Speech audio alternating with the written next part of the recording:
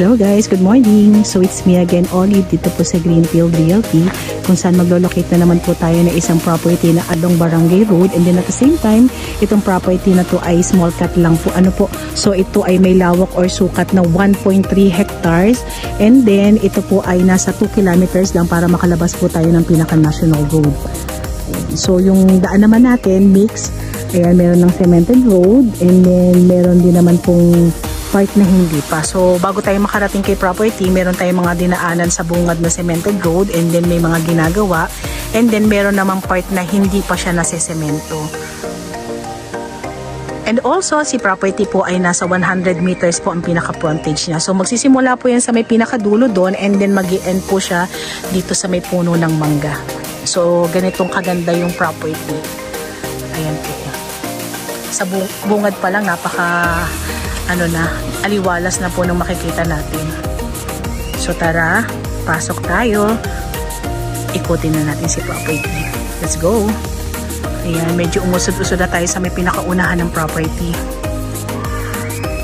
Ayan yung pinaka-road natin. Napakarami pong fruit bearing na nakapaloob kay property dito pa lang sa may pinakabungad. So may mga malalaking mangga na tayo, and then star apple. May lalapit tayo dyan. And then plus pa po natin, ang daming mahogany po ni property. Ano po?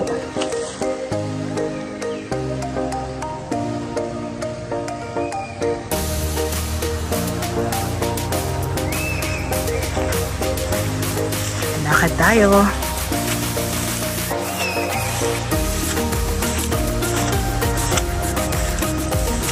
Si property po ay hindi 100% na flat. So, meron siyang pagka-slope ng konting-konti. Pero kagandahan naman kasi ng mga ganitong property, alay ko sinasabi dun sa mga vlog natin, okay siya kasi hindi siya nag-i-stack ang tubig. Mga star apple, dami oh. Sagana po sa laman ng property. Tapos, bukod doon, may mga bagong tanim na rin siya ng mga puno ng niyog. Ayan po oh. Ayan oh.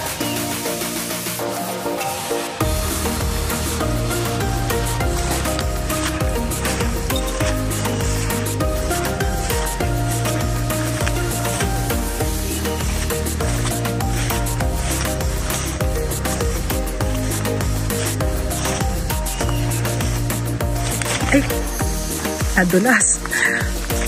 Medyo madama din natin makita yung lalakaran natin. Wow, ganda.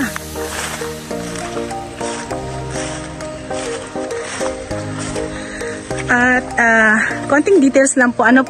So kung mapapansin nyo po yung white na pader na yan, and then may bubong, ayan po. Yan po is school. So pinaka-boundary po natin ay elementary school.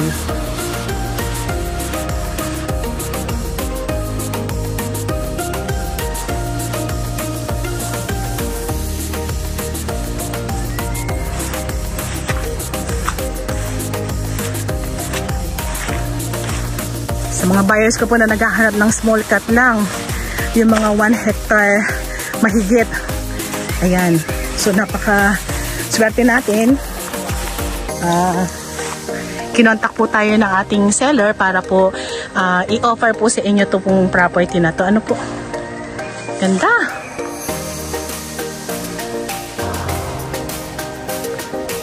Yun pong mahogany natin, maglalaro na lang sa nasa 80. Mga ganun po. Ano po? Hindi siya kaya ng 100.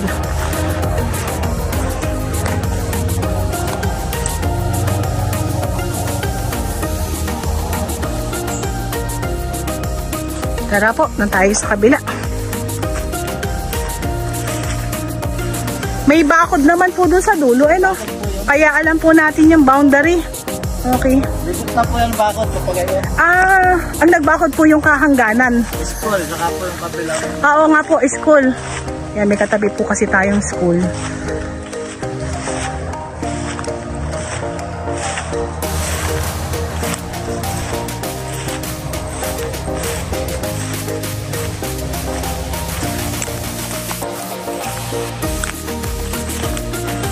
Ganda. Yung iba pong mahogany, pwede nang putulin to, hindi pa po.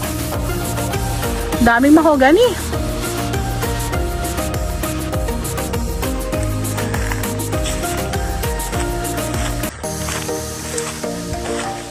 kagandahan po ng property na binibisita natin for today, bukod po doon sa nakaharap po siya sa Barangay Road, ay small cut lang po. So dun sa mga buyers ko po na maliit lang ang budget, ayan, pasok na pasok po ito sa inyo.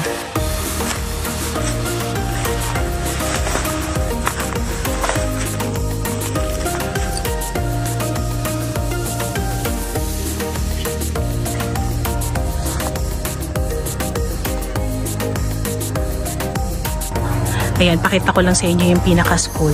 Tanaw na dito. Ayan po. So, yung pinakapagitan natin is yung mga puno na to. Ayan.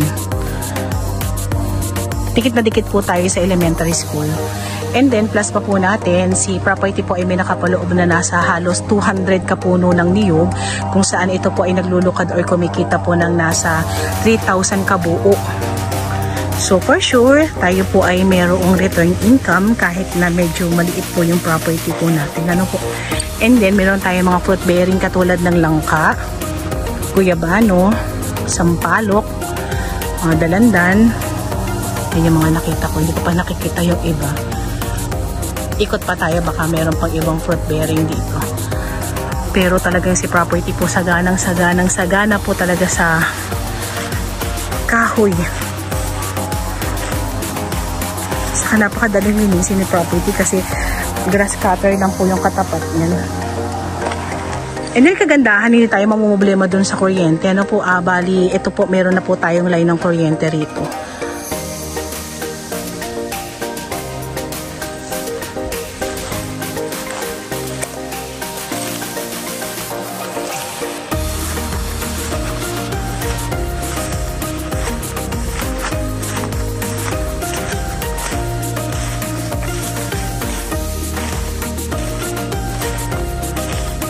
Yan, ang laki ng puno ng langka dito, oh.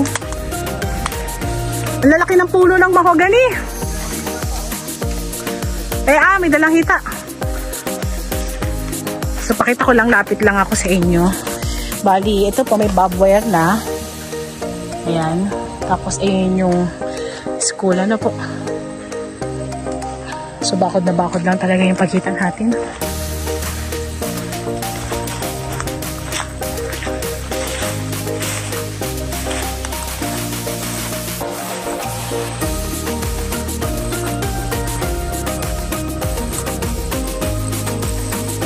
Bali, itong bahay na to, yan po ay bahay po nung may-ari ng property, pero yan po ay hindi na po nila nagagamit. So, aalis naman po iyan. Bali, nauwi lang daw po yung anak niya. So, dyan natutulog pag minsan nagbabakasyon, pero yan naman po ay pwede pong tibagin. Wala naman daw po magiging problema kasi wala namang permis na tao na nakatira dyan.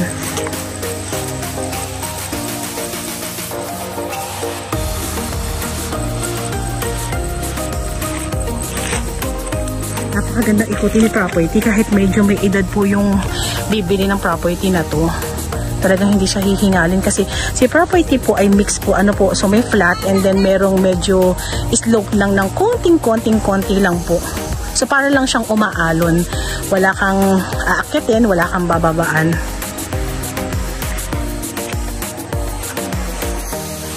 Ayan, meron naman tayong dalang hita.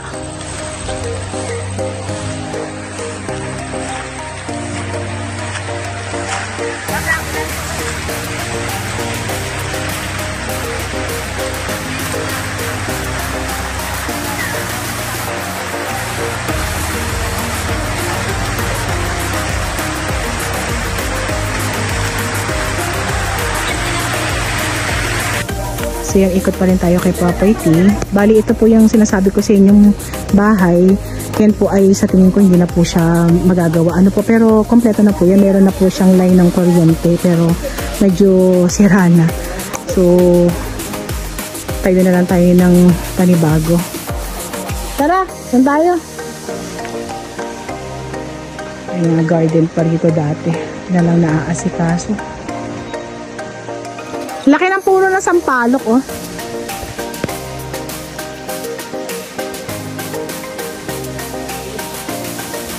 Okay lang.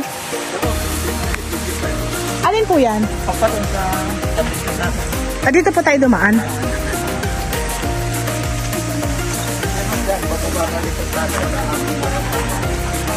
Madulas po ba? Ay, yes, school. Tanong na naman dito.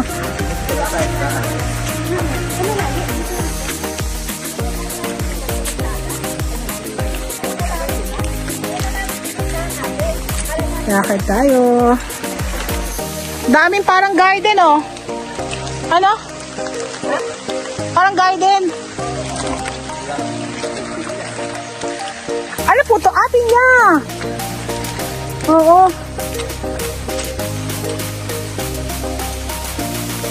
Ano po tong school na to? Bakit up and down? Ano na siya? High school saka elementary? Elementary lang. Pero up and down, ha?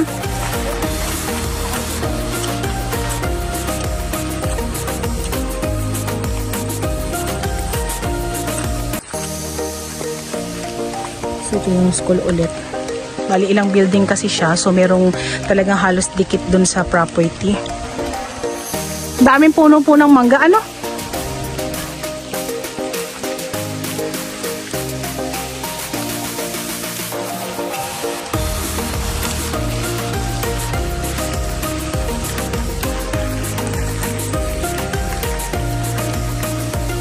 Sarap po ito. So, bigyan ko po kayo ng details about this property. Ito po ay tax declaration, and then kagandahan po kasi kahit tax declaration siya ay kasama po natin yung may-ari. Ano po, buhay na buhay si owner. So, updated naman po yung amilyaran niya. So, wala tayong magiging problema. And then, ang GFD Realty naman po ay nag-handle po ng mga property na tax declaration para matituluhan. So, wala naman po kayong i-worry sa pag-title kasi nag-handle po kami yan.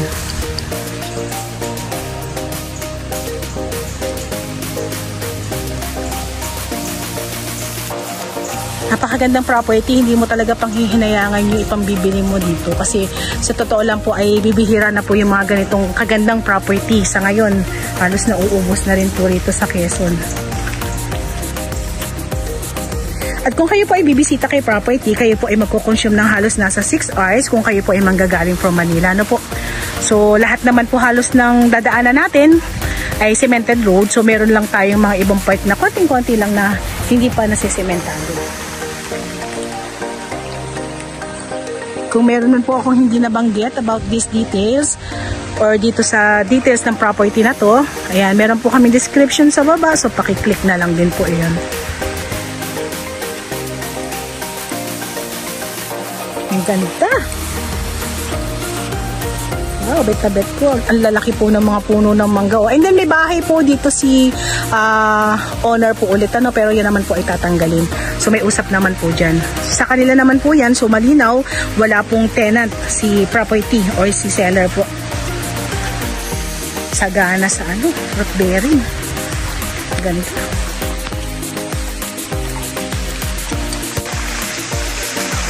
Ha? Ganda, no? Sako pa ba yung mga mangga na yun? Basta hanggang kanto ng school. Sako pa yung mga mangga na yun? Pag ganun? Okay. Okay.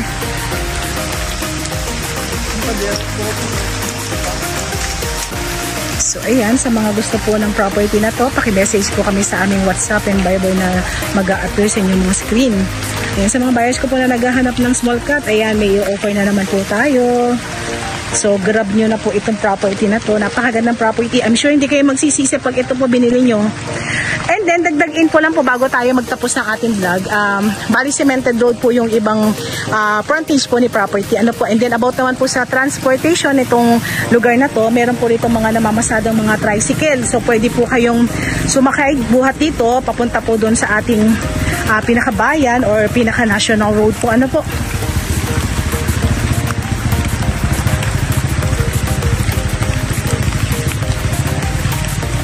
Yung price po nasa description po natin.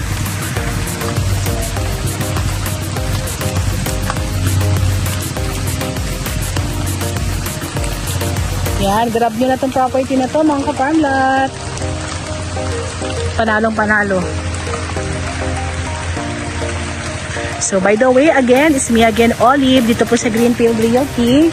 Avail na po kayo ng mga property na ganitong kaganda. Ayan, so halos wala na po kayo itatanim dito, punong-puno na po si property, ano po. So develop na rin po siya, kaya hindi na po kayo mahihirapang magtanim. Dami ng tanim. So ayan po. And thank you for watching.